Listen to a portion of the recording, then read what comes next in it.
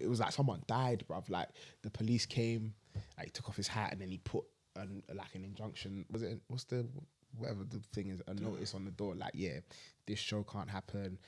And they're just like, if you lot do this show, you can face like legal prosecution. OluwaJBeats.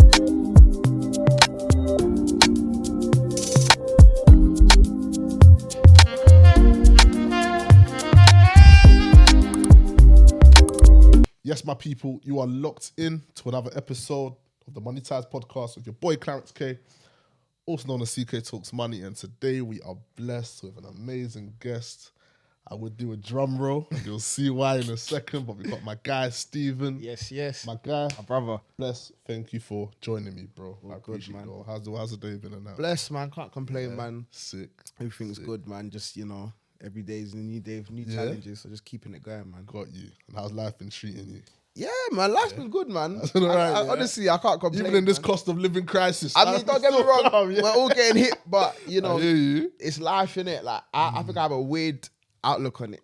And it sounds mad. Like, obviously, I understand what's going on, but I'm just like, it's life, innit? It was crazy. I said to my sister-in-law today, yeah, I said, I'm the worst person for news. I don't watch the news. I don't. So I'm the kind of person that, cost of living crisis? Okay, as long as I can afford what I need to That's do it. and I still have shoes on my feet, I can That's still it, man. feed, like, I'm good. I'm not really I think good that's for just life, though, innit? that. Like, bro. listen, every 10 years, we're hit with something. Something happens. You know what I That's mean? true. And the reality is you just have to adapt, man. Yeah. I was speaking to, I got like I got a few circles of friends and I got like my business kind of Business people, circle. them, yeah. And when it was all happening, we was just like, I'm like, cool, we just got to make more money. Show innit? must go like, on, because man. trust me, Yeah.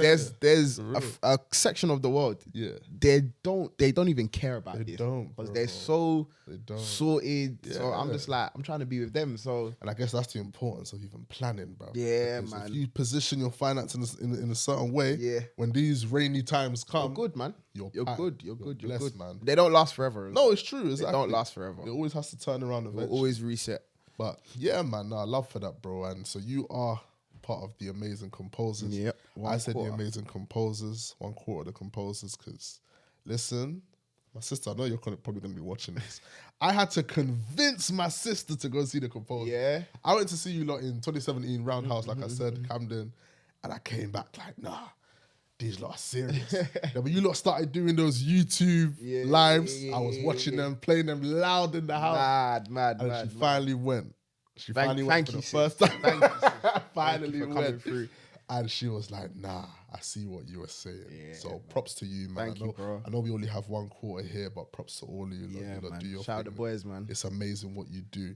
But talk to us a bit about that, man. Like, how did the Composers Yeah. So I mean, it's a mad story because Oh, yeah? mad as in like that question. Yeah. I promise you, if you watch interviews Yeah. of us, it's been told in so many different ways. Yeah. Different perspectives. Yeah, because it's like it's such a long journey, but Got you. Composers has actually existed since 2008. That's the maddest Okay. thing. Yeah, it's actually existed I didn't know since that. 2008, and I didn't actually get in till 2013. Okay. So I mean, those days that was before like the social media era. era. Yeah, Like of course. them times, the only thing that was really there was Facebook. Facebook, that was it. Yeah, so and on Facebook, like you could post like a 10-minute video. Yeah. Someone's gonna watch the whole thing. So those times, like if you was a musician, you knew the composers 100%. You knew who the composers were because they were just like, and it was the three other boys, Pokes, Biggs, and David. They were all like core members at the time, and I was just like a young kid that knew the composers. I was like, these men are so hard, like they're so sick, like, they are so sick, and. The funny thing was, my manager now, Brian, he was very close with my older sister. Okay. So they were good friends. And then my manager, Brian, and Nana, the one that plays the bass, are best friends. Big up, Nana. Big up Nana. Yeah. And then, so through obviously that, by default, he met my sister. And then Biggs was a very good friend of my sister's as well, just from school. So she was always like to them, my little brother plays drums as well. Like, you lot should bring him in one day. And then they're just, because them times I was probably like 12. Like, Okay. Yeah, I was young, man. I was young. Yeah. So, and then they met David through another member that was in the group at the time. Got you. So I remember then, I'll never forget this. I was in another band, right? Okay. I was in another band with a few friends. And then there was one time, I think the keyboard player couldn't make it. So one of the guys in the band knew Nana, Okay. right? And called Nana to come and fill in. They come and fill in, yeah. And then I remember Nana walking through the door, and I was like, "Oh, I swear that's my man from the Composers." Like, I was very gassed to see him, and he came. So from there, like, I think me and Nana were the first ones to kind of like, you know, click. And then Got you. over time, just fast forward. So when I got to like 15, about 15, 16. Yeah. Their drummer at the time, he was a good friend of mine as well. Okay, Shout out my bro. He was in the band, but he kind of started getting external opportunities as well. And he wanted to and he was getting like big opportunities. Big opportunities. And he wanted to venture out and like explore that world. Now the thing is, when you're in a band, it kind of requires your sole commitment. Of course. Yeah. So, you know, there was Key times. part of it. So, Exactly. Yeah. So there was times he wasn't able to make certain composer shows as a result of him doing that. So I think they had a little. Do you remember like uni ACS? Like there was a period where like it was a big thing. They used to do like really big events and stuff. So composers were getting those phone calls, and there was a few of them where he couldn't make it. Yeah. So one day I get a phone. So then what actually happened? Then me and Biggs end up going to the same church as well. Okay, cool. Dominion Centre in Wood Green. Oh, nice. We end up going to the same church. So now I'm with Biggs like week in, week out. I'm seeing Nana here and there. Sometimes I'll just pop along. They'll be like, "Oh yeah, you can come to our rehearsal and chill." So I'm just sometimes on a Saturday they're rehearsing. I'm just there chilling. Just there. Yeah. And then so one opportunity came, and he couldn't make it. And they were like, "Oh, like, do you want to fill in?" I was like, obviously I played it bare, cool. I was like, "Oh yeah, I can do it." But in my head, I'm gassed. Listen, where preparation meets opportunity. I remember I've been in their rehearsals. You've been around, so I know their arrangements. I know how my man plays. They're like, do this. You're like, no. I know. So I know how he approaches it. Everything. So like, I'm ready. So I remember like it was like after school. Yeah. And then I'd gone to rehearsals in my school uniform. And it's so mad. We still rehearse in that place sometimes. Oh right. Now, yeah. Gone to rehearsal, and I gone and done the show. Yeah.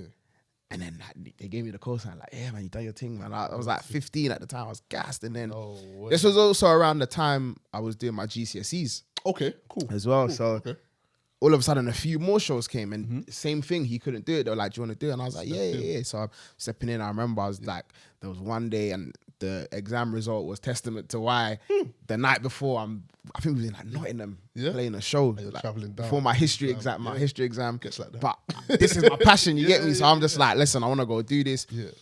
Sorry, Miss Burridge, man. That F, man. Miss Burridge, I'm sorry, man. Apologies. But we're good now, man. Look at the boy now. Look at him, man. Look at him. So yeah, man. I mean, was doing all of that, and then Brian has always been. Brian's my manager. He's always been a big lover of music. Like Brian, I call Brian 50 Cent. Like that guy, like you know them man. They buy the albums, they buy the CDs. Like he knows what it is. That was Brian. Just always loved music and business, and he always wanted to get into like the business side of music. And I think at the time he was kind of like, well, what better thing to do than demand them, like this, do you know what I mean? So he came with the idea. He's like, "Yo, listen," he was setting up his like entertainment company at the time, and he was like, "Yo, like, I want you man to be my first like act."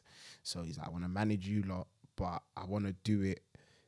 I want you guys to try this idea, which is the covers and the live renditions and the remixes of songs. Like, he's like, I think it will be something special. Like, and then he hit me up and he's like, "Yo, like, I want you to come and sit down with the boys. Like, let's all talk. Like, I think like you'd be a really good fit for the band now, because obviously I think at the time, and it wasn't any animosity or anything.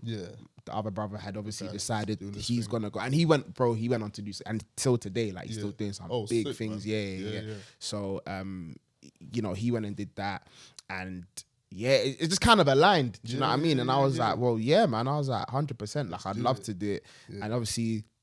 It was nice because obviously I'm now coming out of school, going to college. I'm, you know, college time. That's when you get your first little retail job and all of that. But make a little money. But obviously I was blessed to be able to do music and as well, you know. So even from that, I've never worked a job. Like I've literally never. Like I don't even have a CV. Like with my GCSEs on it. So I've just always done music. And then man, from there. it was literally one show that just tipped it over. Like we did the first show was him. So the business was him and Nana. Got you. The bass player. So they did like a launch party for the business on a boat. And that was our first show. We played on that boat. Okay. And like I said, this is now 2013, the start of like social media. The start of Insta. This is when Insta had the brown, brown, you know what I mean? Brown the blue, logo the like blue that, at the bottom. Twitter's now becoming a bit, Snapchat is fresh, even like not everyone's on Snapchat. So then, cool, we do that. And then YouTube is now becoming a thing as well. Put the clip out online. I was like, rah, this is sick, man. Like, what's this? And like, obviously the people that came to the party are all like friends and family. They're like, rah, like you, man, like this is proper, like, you know what I'm saying? Yeah. And then I'll never forget this. We got booked in October. No, September. It was like the end of September to do Miss Ghana. Okay. So I'll never forget that. I don't think in my life I can ever forget that show because we got booked for that. Went there and it was like they announced the Compozers. Yeah. But it was like everyone's kind of like, who is that? And then you've got like obviously a few of obviously Miss Ghana's like a beauty pageant, innit? So you've got obviously we're all Ghanaian as well. So you got the few people that know us and so they've said up us, come on boys, go. Like I won like maybe like a little section of like 10. That person in the back there. You get it? Like and shout at them lot, Jackie, all of them lot were there, man. Like, go on boys, yeah. And then obviously everyone's kind of looking at them like why are you lot so excited about? Like, so it's almost like, but I feel like anyone on any kind of entrepreneurial journey, you have that moment where it's like, this is it. This is it, man. This is it. And I remember that day, like, not everyone was tense, but it was a very like, man, this could be the first and it could be the last, or this could be the first of many. And I promise you, Just give it your all, man. The performance was a 20-minute performance. Yeah. Minute 1 to 5 was everyone trying to understand what's going on. Like, because it's like, I'm hearing my favorite tunes, but there's some musicians playing it. Like, what's this? Bro, from minute 6 to the end, everyone is on their feet. Man. Okay. And I remember we came off and we're like, yo, like gassed. And then from there, bro, like I honestly, like the most cliche thing, the rest is history, man. Like the phone was just ringing, bro. Like we was doing at that time too. It was a beautiful time in like the black community because like there was so many like events, like there was just bare events, like comedy shows, live shows, and we was doing all of those. We was doing weddings like week in, week out. And honestly, I think that's where we really built the brand, weddings, because we were, I say this humbly, shutting down people's weddings, like making DJ's job difficult after. Like it was mad. And you got the DJ still, though. Yeah, man. All my DJ brothers. I'm sorry, man. And then then we did that same year. We did the first night with the Composers as well. Again, that was a mad one. We booked a little Bernie Grant in Tottenham, 250 capacity people. Damn, man. Come out. There's like 400 people there blocking fire exits and stuff. And then, man, just from there, bro, everything just went mad, man. I love that. To where we are today, man. So I feel like that deserves some sort of documentary or something. Don't worry, it's on this way. It's on this way. Please, one thing we've done from day one, we've documented everything. No, you have to. Every single detail. Like that's amazing, bro. From when I had no beard, like that far everything. Back. Man. See the growth. To when the man were taking bus and all. It's mad. Yeah? You got it all there, man. Sick, so man. it'll be coming out very soon. Very soon. Sick. And you talk about music being your passion, so yeah, man. Drumming since age 3. You actually did music GCSE as well. Yeah, sorry to the teachers as well. They were expecting. You got a couple of apologies on this episode. They were expecting an A star. I got a B, but I'm living the career now, innit? We'll settle for the B. We'll settle, man. We'll settle for the B. So talk to me about that because coming from an African background, Ghanaian to be specific, how are your parents in that with that, you know? Yeah, man. Big up my parents as well, mum and dad, man. Like they've been very supportive.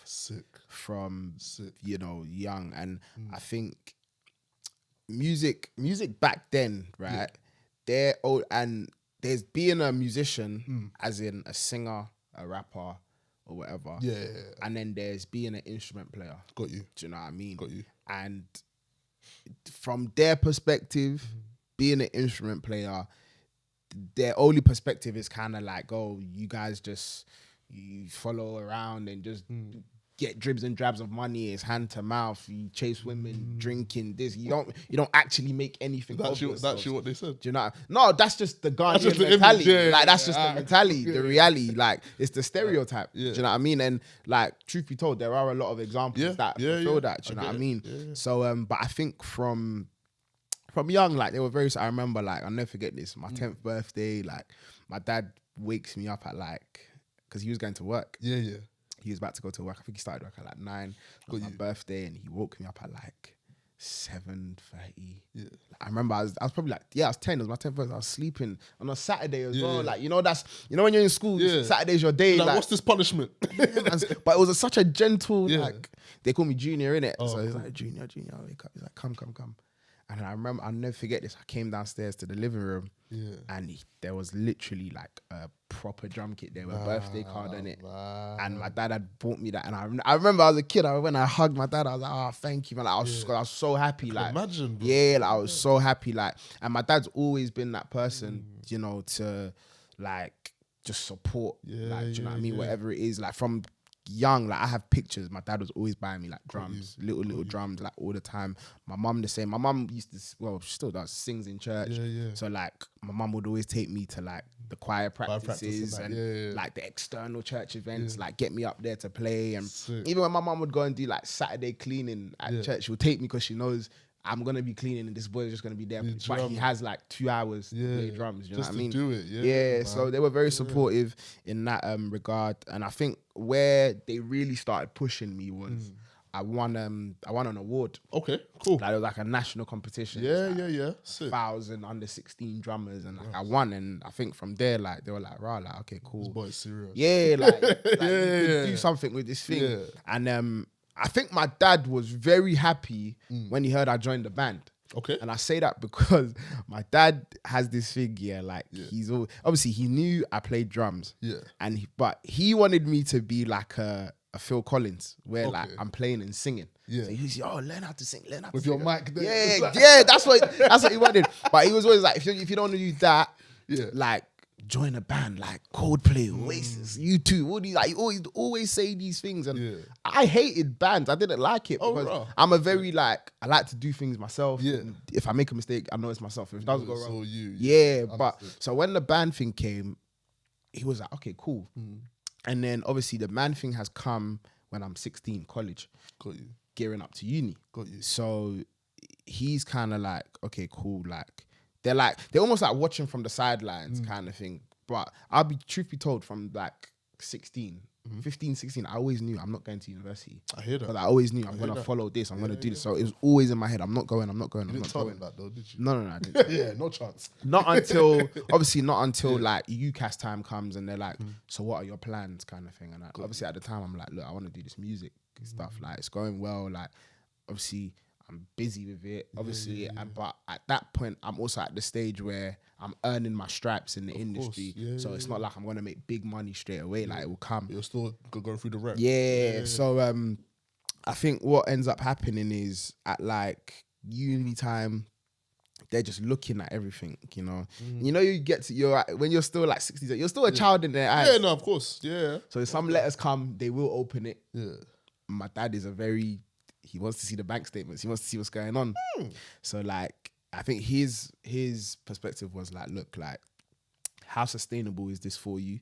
And why not go to university and just do this on the side?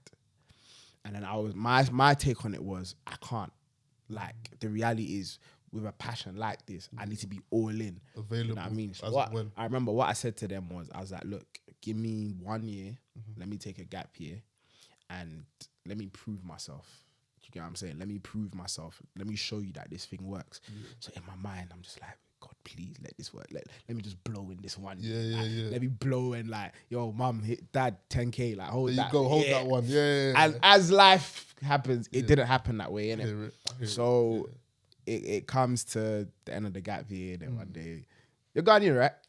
Nigeria. Okay, we're all one in the same anyway. That's what I get. We're all one in the same. And my dad comes to me one day, he's like, so this school. And then I was just like, oh, man. Because he Why you change the voice for that as well? because it's like they're asking you, but I'm actually telling you. telling you, yeah. This is what you're gonna do. Yeah. So, but what I do respect, he was like a look. I get it. Like I get it. I understand. But Yeah.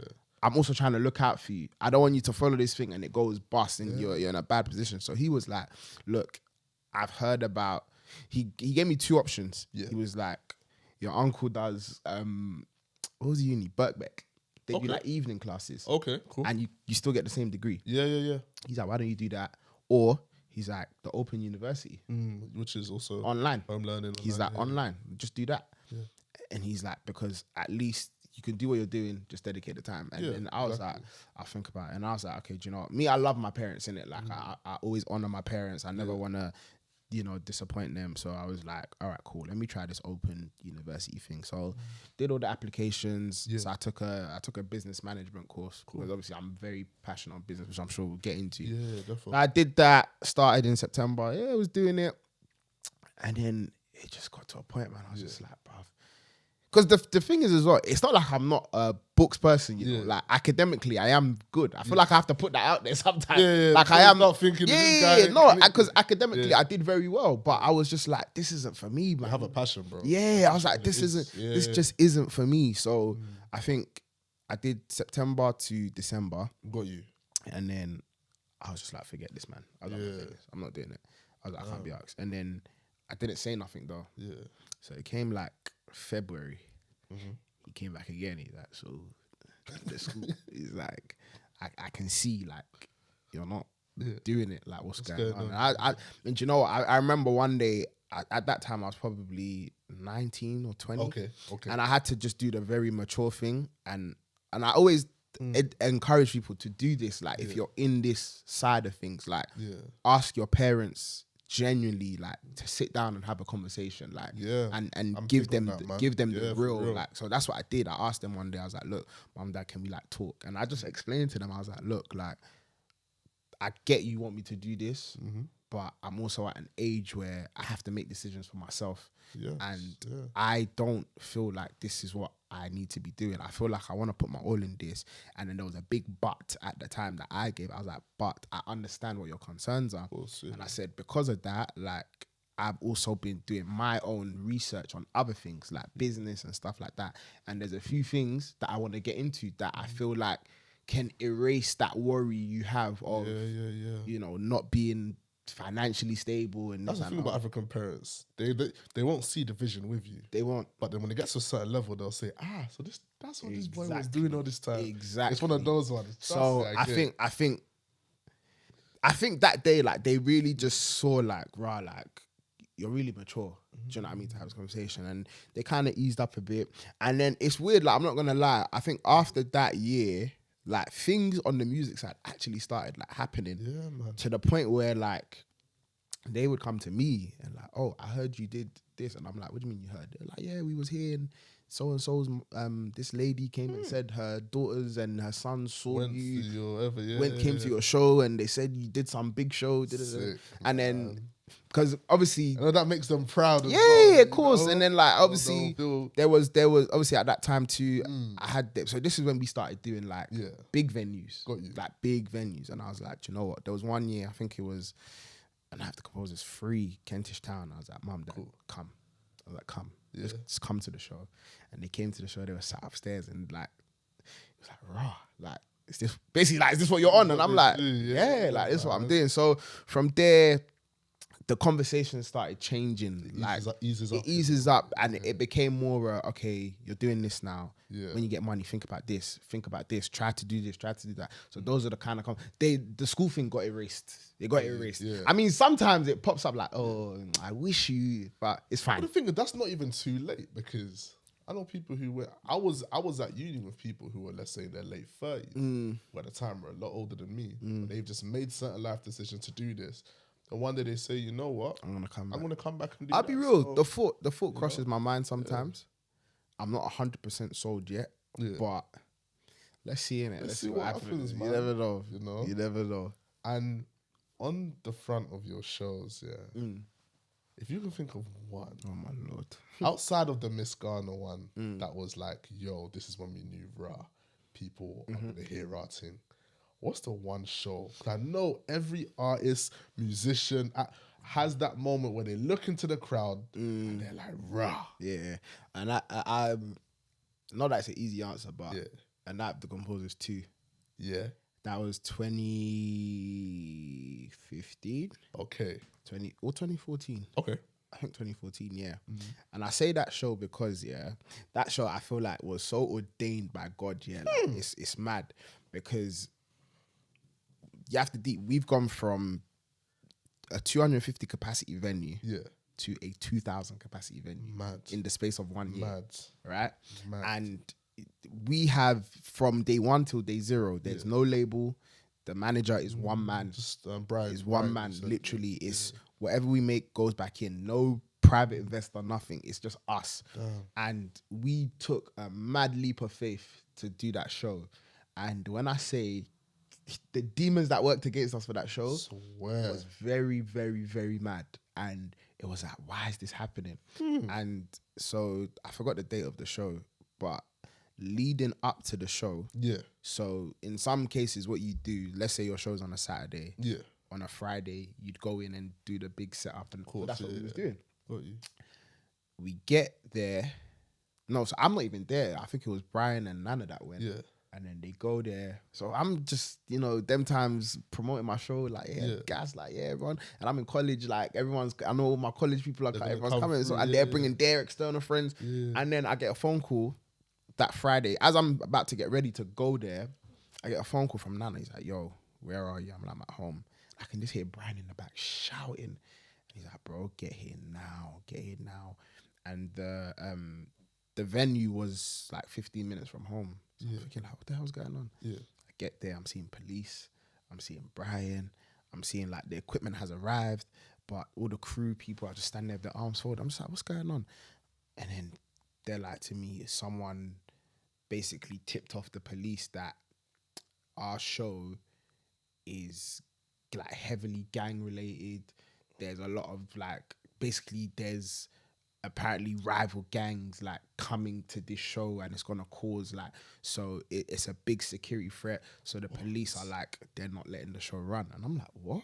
I'm like, the composers. Like, the composers. No one's been jail. No one's rolled. No one. Anyone that hasn't gone to Composers.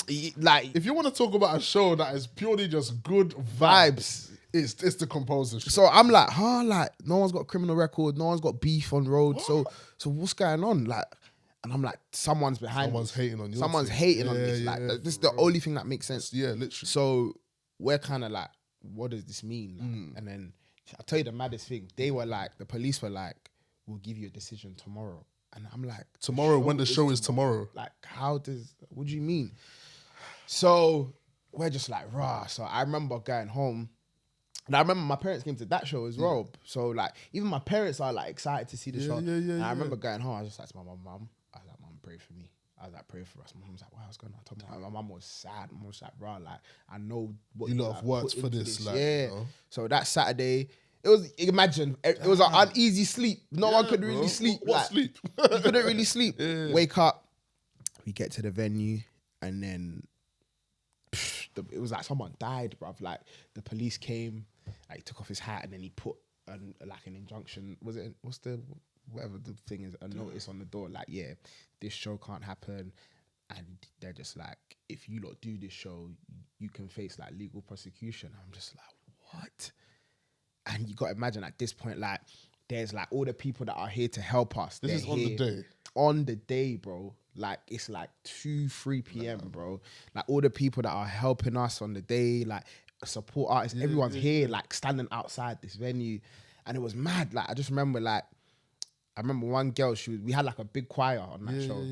And one girl was just like, guys, let's just pray. So I remember like everyone, like, apart from us, like, they've just made a big circle and they're praying. And I'm just like, what? And I'm like losing it. Like, I'm just like, bruv, like, do you know how hard we've worked? Preparation, the years. The money. The money's just gone down the toilet. And then obviously at this point, it's like 3 p.m, so you can imagine everyone's getting ready because you need to be there for like 6. Certain time, yeah. And I remember there was one brother, I know him. And he doesn't know I know. I don't think I've ever told him that I know it was you that did this. I think because the show was in Wood Green. Yeah. So if you're from North, like this was like before Westfield and that was popping. Of course, So yeah. Wood Green would be where you come and buy your clothes to go out. And he was on the bus and I saw him and I think he like took a picture and he put it on Twitter and was like, yo, I think Compozers is cancelled. There's police and that. Gone viral.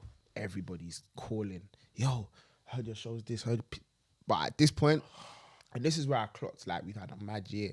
People are arriving and people are like, well, your show's cancelled. Oh my gosh. Like someone was like, I travelled all the way from like Milton Keynes. Yeah, Like, G. and they were just like, oh, this is mad. So we're like, what do we do? It's just like, everyone just go home. Let's reset Monday, bro. That Monday, everyone suited and booted, solicitors, police station, going back and forth, back and forth, back and forth, back and forth. And then imagine they now come and say, yeah, we realised like it was wrong information that was given to us. Now you realised. But they won't tell us who and why. So we're like, do you permit this show to go on?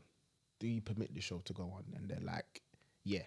And so they've obviously written a document that like confirms that, cool. So now it's like, where do we find the money from to do this show? Because now we're just thinking, all right, cool, let's try to do it. I remember we did it 2nd of January, that 2015. So we're kind of like, where do we find this money from again? And we're just like, we just got to try and pull in favors. So we're calling like everybody that was involved, like, yo, I know whatever, but can you help us out? Can you help us out? Oh, everyone's just like, yeah. Like, we got you. There's a few people that moved a bit mad when I made Facebook pages that like we're scammers and this, but Can you imagine? get them, man. See them now, they look the other way. Oh, this is it. And then, bro, I was anxious because I was like, bruv, we're not even those guys, man. Like, we did a show once, cool, it was all right. Had a second day, and are people gonna come, like, now that we're announcing it again, like? And then I remember I was trying to, like, go out and see the crowd. I remember Brian Graham, he's like, don't go, man. He's like, don't go, don't worry about that. Don't worry about that, I'll be fine. I was like, bro, you sure, man? I was like, you sure people are gonna come? Bro, the place was packed wall to wall. That's right. Like, That's right. Until today, there's people that still say that was their favorite show. Oh, for real?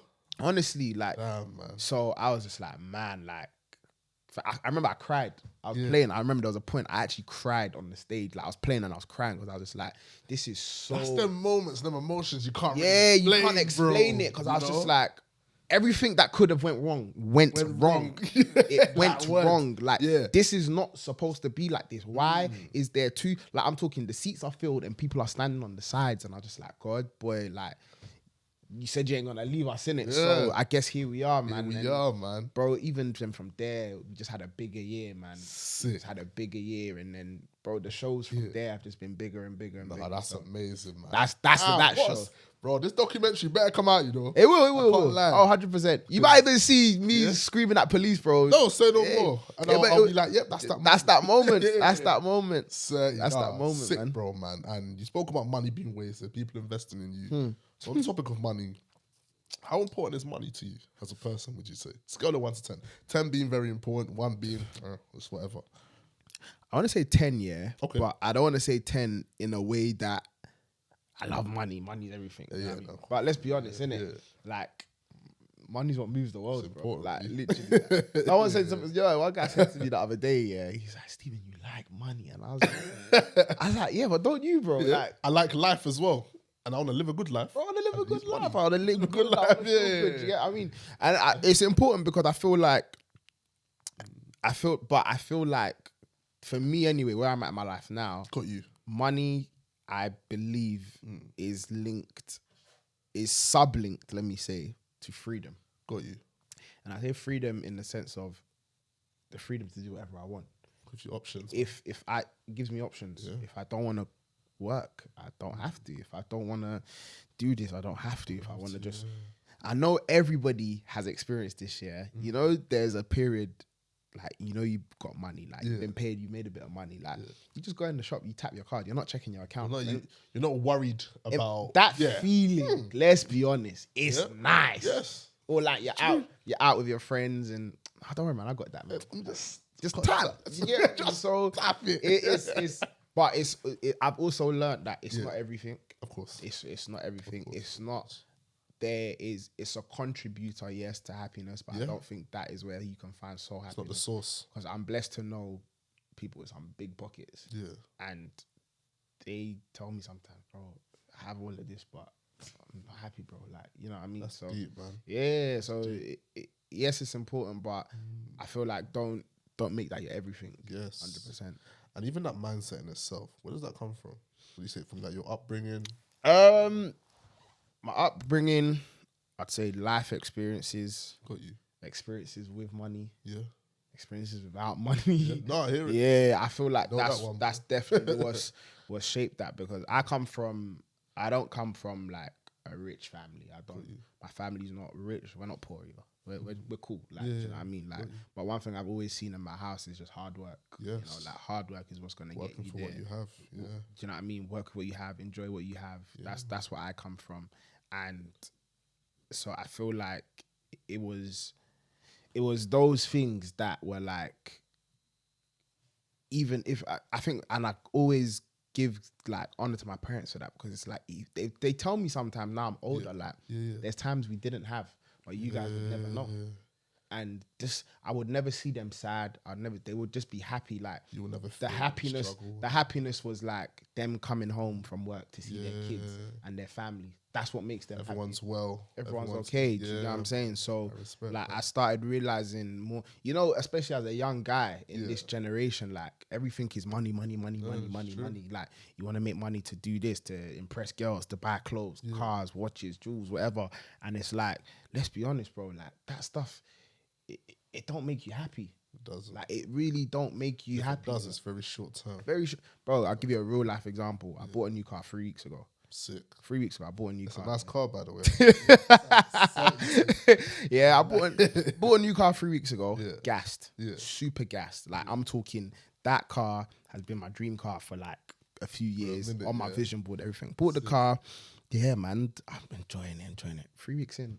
Like, See? Exactly how I felt, bro. It's whatever. I got my new car last year. First few weeks, you need to go to Tesco. Ah, go Tesco quickly. Me, I want to drive everywhere. What, should I pick you up? Yeah, of course. Now, I'll come. Just wait, I'm coming. What? Yeah. Now it's just whatever. Do you know what I mean? Yeah. So it's the same, like a lot of things, like you know. But I think the beauty is once you understand, and that's why you see. I feel like there's levels to this money thing. Yeah. And the higher up you get, and the more people you meet in, because like I'm saying, like outside of the music, on my business endeavors, like the kinds of people I meet, deep pockets. But when I see how simple they are, bro, I'm talking, they drive smart cars, they drive Toyota Priuses, no jewels, plain t-shirt, plain trainers, you know, but they're loaded. They're loaded, but there's a level of happiness I see from them, because they aren't bounded by their money and what they have. And I feel like, especially in our community, man, our black community, I feel like that's a big problem that we suffer from. Like, I always say, like, I say to my boys, I'm like, the difference between us, sometimes, not all of us as well, let me just say that, not all of us, but I think a good majority, like, suffer from, if I make 100K, you need to see it. Yeah. Do you know what I'm saying? You must know I made this. Do you know what I'm saying? And I feel like that's the problem, because in our community as well, I feel like there's a lot of innate, like, bad traits people have, and you don't realize the kind of attention. It's not good attention. Of course. You know what I mean? Like, I see certain man, and I'll see certain man, like, drive a nice car. This is just me, innit? Yeah, like, yeah. I see a man drive a nice car, look fresh, look clean, and I'm like, and if I ask him, what do you do? And he explains, maybe I do this, I'm in this kind of business, I'm inspired. Yeah. I'm inspired. I'm like, yeah, I want to be like, bro, man, like, I've taken inspiration from that. But certain man, they're not looking at you like that. They're looking at you, all right, cool, you're loaded, all right, cool, I need a piece of that. Yeah. So, and whatever I got to do to take that from you, turns into envy. Do you get what I'm saying? So I feel like we need to understand I feel like, especially in our community, that level of money that some people are now experiencing is a new thing. Yeah, Do you know what I mean? It's definitely a new thing that not everybody is used to. Like, black millionaires, and like a 23-year-old girl runs a hair business.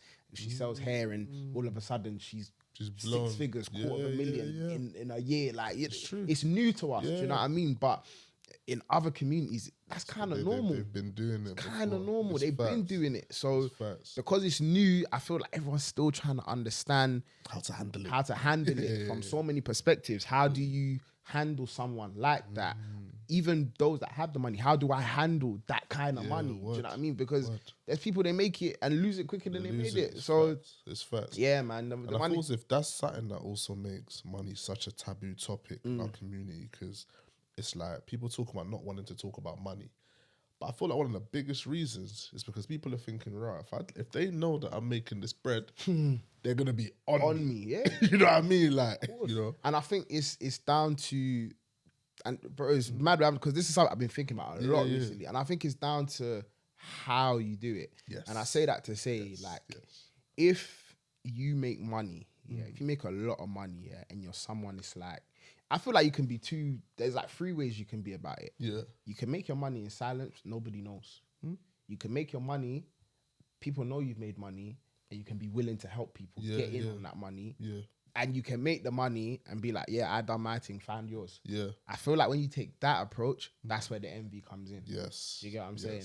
That's where the envy comes They're like, oh, what? You're not trying to bring You're me not in? trying to bring me in. Yeah, So yeah, that's yeah, where the evil eye sets in. it, But I feel like when you have, me personally, I feel like the safest way, make your money and just, you know what I mean? You won't But- even see me. Yeah, but obviously Yeah. with your immediate I'm someone that's I different. don't Yeah. believe in. Why should I be a millionaire? Not a millionaire, but I'll be there soon. If I'm a millionaire, my boys need to be millionaires. Yeah, man. We need to enjoy this together. Yeah, for real. Do you know what I'm saying? We need to enjoy this together. One of us should not be able to do that. So if it's my personal friends and the composers, like we all need to be on this because you are the people I'm walking with every day. I want You're us doing life with these people. I want us to enjoy the same fruits. Do you know what I mean? So do you know what some people say to me sometimes? Because I'm very like, not all the way, but I am quite open with what I do. Like I share stuff that I'm up to. Yeah. Some people are like, oh, don't you feel like you overshare? And I'm like, and I learned this from one of my guys, Kazi, he's in property. Big up, Kazi. Yeah, man. And he's just like, bruv, if I share what I'm doing, that does not mean you're gonna take away from what I'm doing. I'm still doing it. I can't do what I'm doing. I'm still doing it I'm still gonna do regardless. it, Yeah, and I'm yeah. still gonna make the money. Yeah, word. So Word. I just see it as us sharing like the things we do with each other, the opportunities, because some people don't know what's available to do true, as well. Like, and I feel like us sharing these things, like it allows people, especially us black people, like it allows us to be knowledgeable about what's really out there in the world. Because honestly, there's things I've heard about. If I didn't speak to certain people, I had no idea this is what's going on in the world. Do you know what I mean? Sometimes you look at how, like, something me and my boys, we've been really like studying and listening to and reading up about is like private equity and people buying businesses and groups of companies. But how many black people do you see in those fields? Hardly any. They just work for at the bottom of the food chain. But I'm talking like we're discovering the people who are at the top. Like, do you know what I mean? And these guys, when I say like, it's mad because sometimes you think to yourselves, like, let's be honest, in our community, if you say, what's the driving force behind man making like big money? The first thing you're gonna say is they either kickball, do music or in this day and age, crypto. Or Hush Puppy. Do you get it? And those, but you go and speak to these guys, the conversation, like even what I've realized, even what my hands are in property, I feel like that's probably one of the lowest things in that world. I hear it. Yeah. You know what I mean? Like it's there, but like for them, that's like everyone's got that. Everyone's got that. And even there's levels to the property. Like how they 100%. do it. There's commercial, there's you know, I mean, all these different things. Bridging finance, refurb, there's loads. There's loads. Do you get what I'm saying? So it's like, unless you're, so if I've gone to, how else am I going to build my community? How else am I going to empower my community? If I've gone and I've sat down with some Asians, some white guys, some Jews, and all these people, and they're educating me, like, this is what we do, and this is how we do this. Like, you know, little things like Jews, someone was explaining to me how they do things. There can be a pot of 100 grand and it can just turn to, okay, cool, maybe there's 5 people here. We're going to have a long-term play. The first person, you're going to use the 100 grand, buy your crib. your investment property. Then you get the 100 grand. Then you get the 100 grand. Then you get the 100 grand. Then you get the 100 grand. Cool, great. Now we've all got one. Then now you can leverage against yours, take out money, go and do another one. Now Before you know it, 2, 3, 4, 5. In that same circle, every man's got 4 or 5 houses. Word. But let's be honest. If we come to our people, yo, everyone 30K in right now. Let's do something. What? Nah, what do you mean? What do you What do you want my money? What do you want my money for? Yeah, word. It's bare Word. questions because we don't trust each other. It's true. Do you know what I'm saying? So I feel like that's why these conversations are important. Like to let each other know this is out there, that's out there. Like bro. I get tons of DMs about like more now about business than even music. And I have a conversation with everyone. Like I try to like anyway where I can. Like take my number, call me. Even if it's a 10-minute phone call, I'll give you that time. Take the knowledge and go and do something. Go and do further research and go and learn about it. I've given you the bait. Now, do you get what I'm saying? Because and that's the thing about sharing knowledge. It's like you can have all the knowledge you want, but keep it to yourself. And this is the thing. I always say there's a difference between people that want to grow and people who have a genuine interest in their community growing. You know, and that's why knowledge has to be shared. Even some of the property stuff I know, I was a mortgage broker for 4 years. I sat with an Asian guy, big up Jay. Some of the stuff he taught me in my 4 years of being in property, never heard of it. Just by speaking to someone who's in another space. You know, it's important, man. It's very important, and I feel like we shouldn't be shy of it, man. Like you're not, bro. Like I tell you one thing I really experienced, like when I first got into property, like I would DM people. I don't have a property account. Everything is one account. My Instagram account, and obviously God being good with the music and stuff, I've got a high following, you know. So some of these guys, they've got an Instagram following, a couple hundred, maybe 1,000-2,000. I'm in the 30,000s. And they're getting a DM from me. And so maybe we'll have a conversation. And then it then turns to, can I just ask a question? Yeah, what's the question? Well, why? Why do you want to do this? Like, why? I find it a bit weird that you're asking me. Like, and I'm like, why wouldn't I ask you? You're doing, you know what? You're doing what I'm interested in. My numbers mean nothing. Like I can have all the numbers, but you have the knowledge I want. So I can't be too proud to come and talk to you. I respect. Do you get what I'm saying? I should never be. I would never be too proud to come and talk to someone that has information on what I know. Like I'm trying to move somewhere. So it's actually very simple. It's so simple. Yeah, it's very so basic. simple, and but it's an innate thing. People need to break. No, I ain't going to him. No, that's the thing. We look at Instagram, we see followers. We think about his or her value must be this because they have followers. That is not. I can't reach out to them because of, you know what I mean. I've reached out. Listen, if you have 350 something followers, and I know you're the person.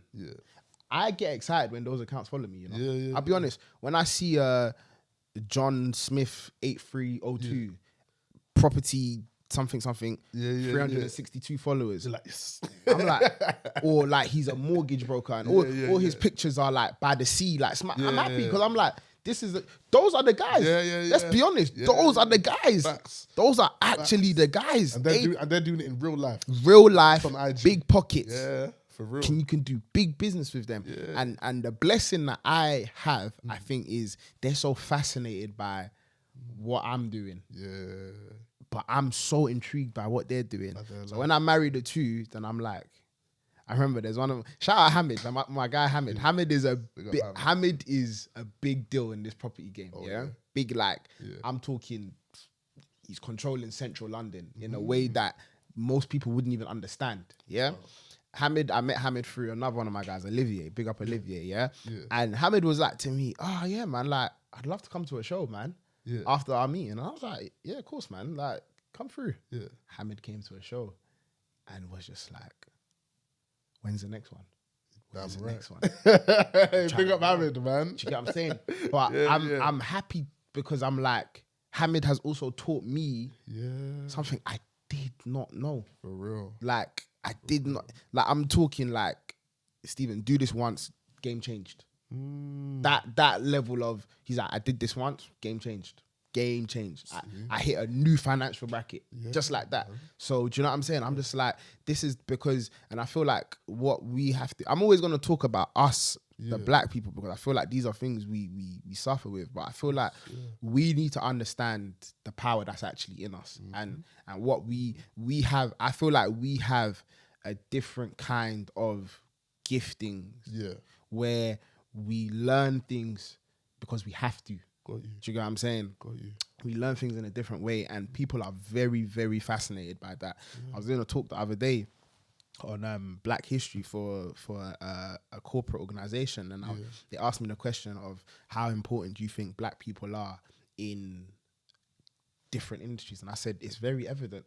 Like Black is in fashion right now, and the reality is, who else can bring you that information? Only a Black person. Only a Black person. Only a Black person. You go to record labels and all these places. A lot of people in important positions are Black people. Yeah. Because who's pushing music right now? What's Afrobeats is one of the biggest genres in the world. Yeah. Who can bring you the connections? A Black It's a man. Black person. Yeah. You get what I'm saying? In tech, there's new Black businesses being founded. They want the Black pound. They want Black buying power. So who else knows how to find that? A Black person. Black person. So do you get what I'm saying? Like, it's facts. needed. That's so until we realize that we actually kind of run things right now, and we come together and do that, bro, I swear, like, where we can plateau to is very, very mad. But it's like we can only do that if we carry that mindset. That's the issue. That's the issue. And the thing is that, and I don't want to shoot down on anyone who does go through or feel oppressed at work as a Black person. I'm from the corporate world. I know what it's like to be the minority. I know what it's like to be treated differently. But I feel as if we can't allow that to control our trajectory. No you know way. what I mean? No way. And we can get to that point. We have to change the way we think. Honestly, everything is, for me personally, like, everything, I can be in the maddest situation, bro. Yeah. Like, I've been in mad situations, and how I think about it is actually what's taking me out of it. Yeah. Because For real. if I sit and think about some of the situations, I'm like, right, like, this should have really just took me out. Could have gone left. Left. A lot of people would have just gone left with this, but I'm just like, and sometimes you just need to take a step back. You take a step back, okay, what can I do? How can I fix this? Maybe, done. Do you get what I mean? So, like, the mindset of, you know, like, I heard something the other day about the corporate world, right? Okay, cool. And I heard, like, it's now becoming a thing, especially amongst, like, Black people speaking about their salaries. Yeah. And I'm like, yeah, you guys should have been doing You have to. You should have been doing that. It's true. Do you get what I'm saying? Yeah. Because you then know, rah, that employer, actually, you took the piss out of me. Yeah. You actually took the piss out of me. Yeah. What? But it only happened, why? Because I allowed you to. Yeah. I didn't argue with what you said. I didn't contest what you said. Yeah. Do you get what I'm saying? I was doing something the other day with some other music colleagues away from the Compozers, and the guy said to me, he goes to me, so I think we was talking about how much, I was like, do you guys know what the fee is? And I was like, and he's like, I think everyone's is different. I was like, oh, is it? He's like, yeah. And then he was like, and he said to me, he was like, but bro, why would you take the same money as us? And I'm like, what do you mean? And I'm just a nice guy, and I'm like, bro, we're all working together, innit? Like, so if we are getting paid the same, I don't mind. Yeah. And he's like, nah, but bro, you're who you are. Like, you've built your brand to a certain level. So I can't argue if you get the phone call for the same thing and you say, maybe pay me X, and I said, pay me X. He's like, that's on me. Yeah. And I was like, he was talking, I was like, yeah. And he's like, still. that's just what it is. He's like, if you're a builder and you're a contractor for L&Q and all these big Peabodys and whatever, the reality is you do construction for them on such a corporate high level, you can't be charging the same as Bob. Price is got his different. little thing. Yeah, it's different. It's different. Yeah. So he was like, and it was like, you're speaking so much facts. And I was like, this is where, like, a lot of people have to do better and not feel like, rah, I've watched this guy build his thing to a certain place and now he's where he is. Like, I can only take inspiration from that. Do you get what I'm saying? And try and apply the same thing. And that's how we can all start making more money.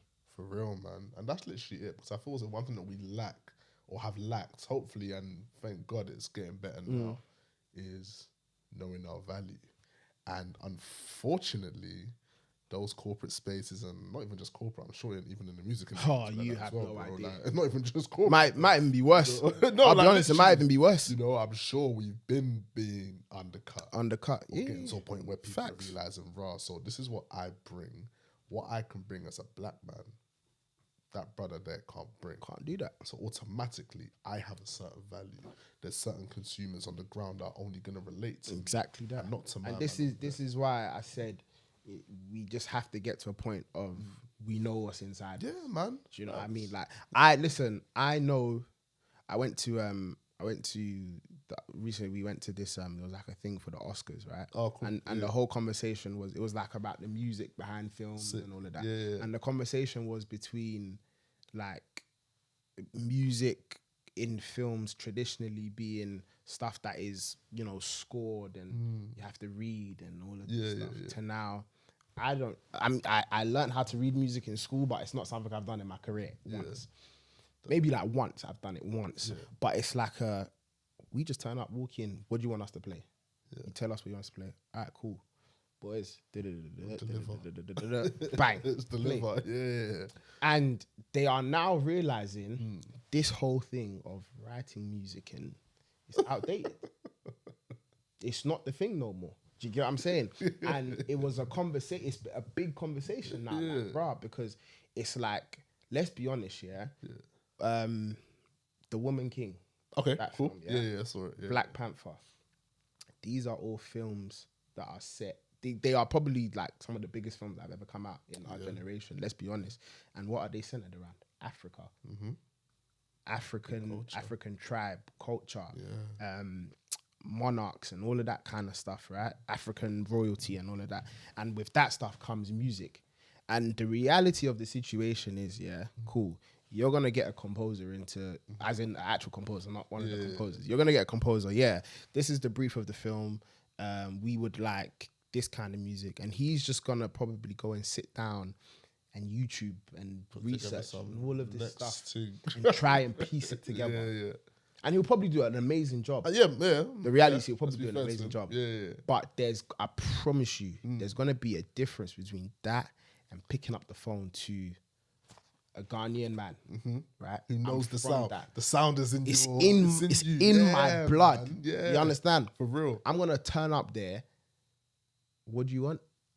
Oh, we need chant type of music. We need, war music.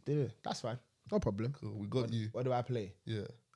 The stuff I've been hearing in Nollywood films. The stuff I've been hearing when I'm back in Ghana. Even the same sounds from church. From wherever. It's in me. Do you get what I'm saying? I get a lot of people hit me up because we've done so many Afrobeat artists and stuff. Cool. And, thankfully, like my flair in that world is very good. Nice. And people are like, bro, I need you to teach me something. I'll be like, yo, I can teach you, but you'll never be able to play it like that. And I'll tell you why. I didn't learn it. It's just here. It's just there. It's just there. It's natural. It's just in my blood. Yeah. Do you know what I'm saying? So there's a way you feel it. I'll be honest. You see what I say I'm going to do today? Yeah. That phone call today came from when I heard him play, what I felt. That's what I need translated in the music. Do you get what I'm saying? So this is what I'm saying. We need to realize that. Do you know how many things we just know how to do? Just special with it. I deep my dad sometimes. My dad is an all-rounder, My car is broken. Dad, I need something fixed in the house. Dad, the showers. Dad, why? He had to learn. By force. Literally. That's what we come from. Yeah, it's true. When you deep your mum's cooking sometimes, you have to ask yourself, what cooking school did this woman go to? I swear down, bro. What cooking school did this woman go to? Even that conversation itself made me start boycotting Nigerian restaurants. I don't go to Ghana restaurants. I go, but I'm just like, bro, you lot. Just like it's not even. It's not the same. It's not the same flavor. When I deep my mum's cooking, sometimes I'm like, how? How deep? But when I then deep it, no one taught you this stuff. No one taught you this stuff. You just had to get it cracking one day. You probably come from your mum telling you, hey, you better learn how to do this when you want to marry a good man. It's true. And you apply yourself. And you get it cracking. That pressure and that urge, you apply yourself. look at what I always say. Maybe some of our parents, they've come here, they've done very well for themselves, big houses. But even those that maybe just nice 3-bedroom house, car, they put you through school, put you through university.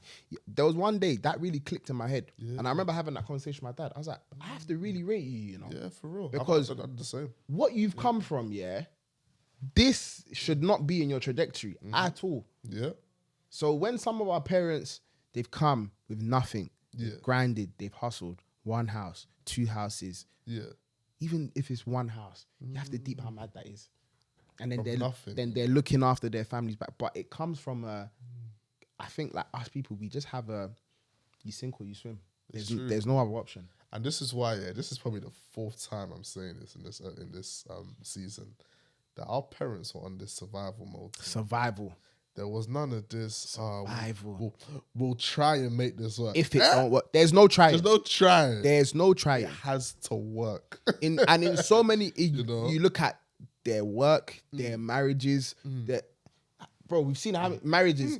If someone you're leaving what marriage, stay there. It must work. It has to work. It must work. You're leaving which job? Okay. And do you know what it is? It's the basic principles. Yeah. So when you leave that job, where you going? What are you gonna do? Where you going? Great Stay question. there. Yeah. for Stay real. there. Make it work until you have the next thing Yeah, arranged. for you. man. So That's it. these are and I don't say it to say we're better than anybody or anyone's better than us. But the reality is, you see other races, the blueprint was set for them. Set, man. They were set for them. True. When you So see true. Jones and Sons business established 1850, the money's been rolling. It's early. been rolling from early. Generational. The person that started it, he doesn't even know you, but he set something up for you. We are first generation. So we're still paving So the we way. are the ones that need to do Stephen and Sons, CK and Sons, it's established true. 2022, It's true. Yeah. and then in 21, how would I even say? I don't even know how to say it. 2120, my great someone is He was benefiting this. Yes. because of what I set up Of what you- today. the That's seed how you we need planted. to do it. Yeah, man. Facts. That's the way it has to be. And this is why, if I even go back to what I said when you said how important is money, money is great, but it's what's here that's what really important. counts, bruv. Because That's what really counts. if I make the money, fine. Yeah. What am I going to do with it? Do you get what I mean? What am I going to do with that money is what the real important thing is. How am I creating that lineage and that generational wealth that's going to go for generations? Yeah.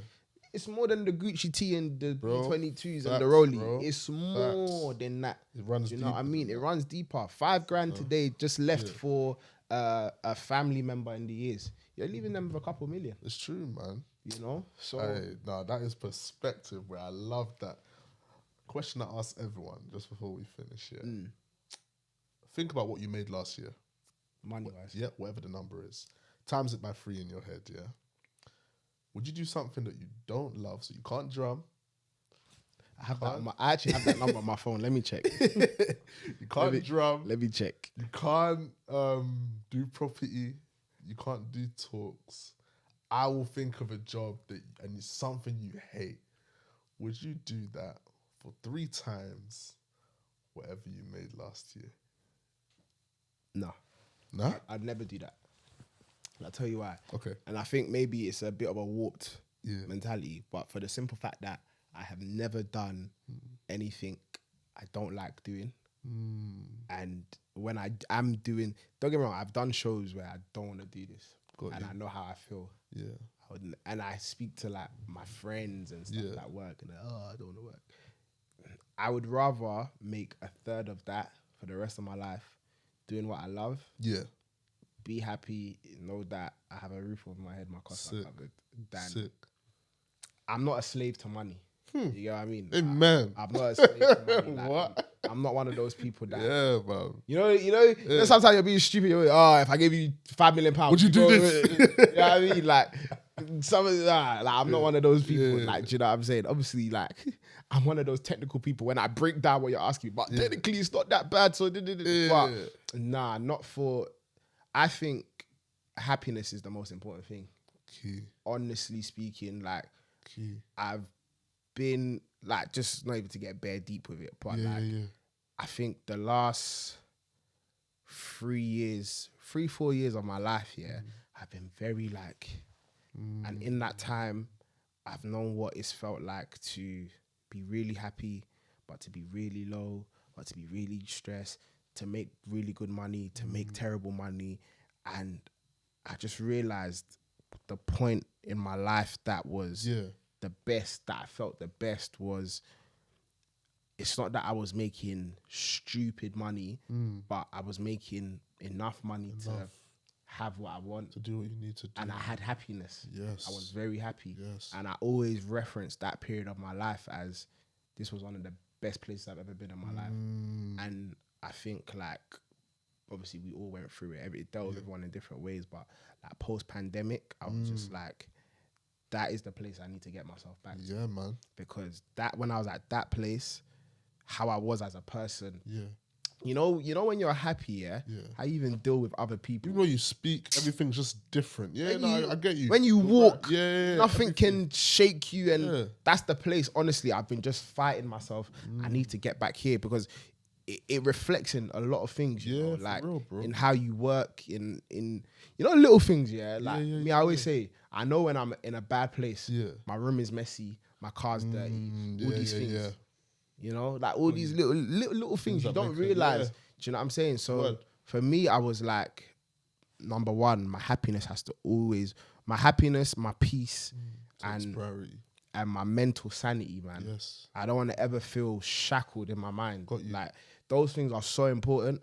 And the reality is like, if you don't experience those things, you can't do anything else. Yeah. Word. If you're not happy, if you feel depressed, the reality is like, you're just not gonna be able to move. Yeah, what? Like you're just gonna be so like, you wake up, the first thing you're thinking about is this issue, that issue, this problem, that problem, and it's like start your day properly. You can't, you know. So yeah, man, like, man, no amount of money should tamper with anybody's happiness or should make anyone jeopardize their happiness, man. Because let's be honest, like if I gave you £1 million a day, you would blow it. Eventually.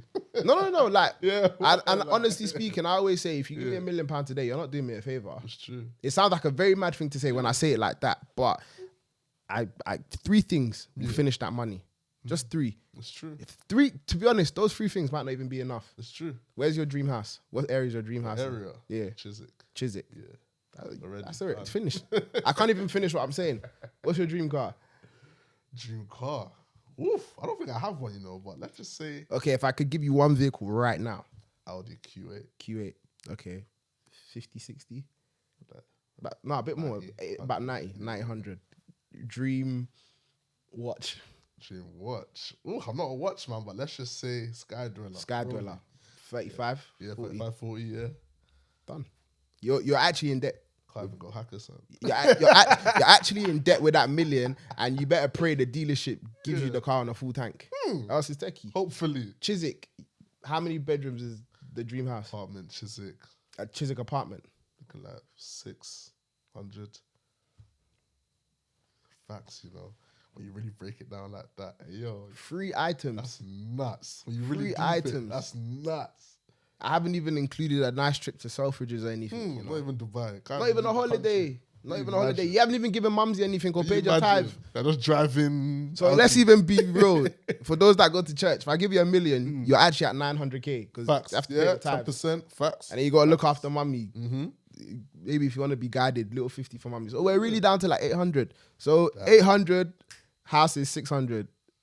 That's if you're buying it cash, which you can't even go to Tesco and buy groceries for the fridge. For the fridge. In fact, what fridge? What fridge? Hey, my guy. If I give you $1 million, I'm not doing you favors. You have been a blessing, bro. I can't even lie. I've enjoyed this, my guy. I appreciate you. Thank you for having me, man. Where can they find you as well, man? I'm everywhere, man. I'm everywhere. Instagram, Twitter, Snapchat, LinkedIn, everywhere. Steve. So it's just my name now. Oh, cool. Stephen Asamoah-Duah. So that's Stephen with a PH, ASAMOAH, and then D. Cool. We'll put the handles at the bottom anyway. Watch out for these, man, you know. Like I said, I've said it already, I'll say it again. If you haven't seen the Compozers live, just go, man.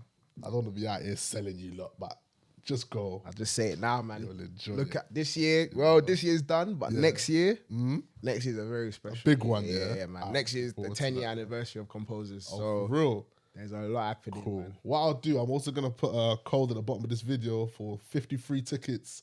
So you just DM Steven and you get there. Come on, man. My people love. We're locked into another episode of the Money Ties podcast. Your boy Clarence K, CK Talks Money, and my man Steven here. My man. Stay locked in for the next episode. Peace.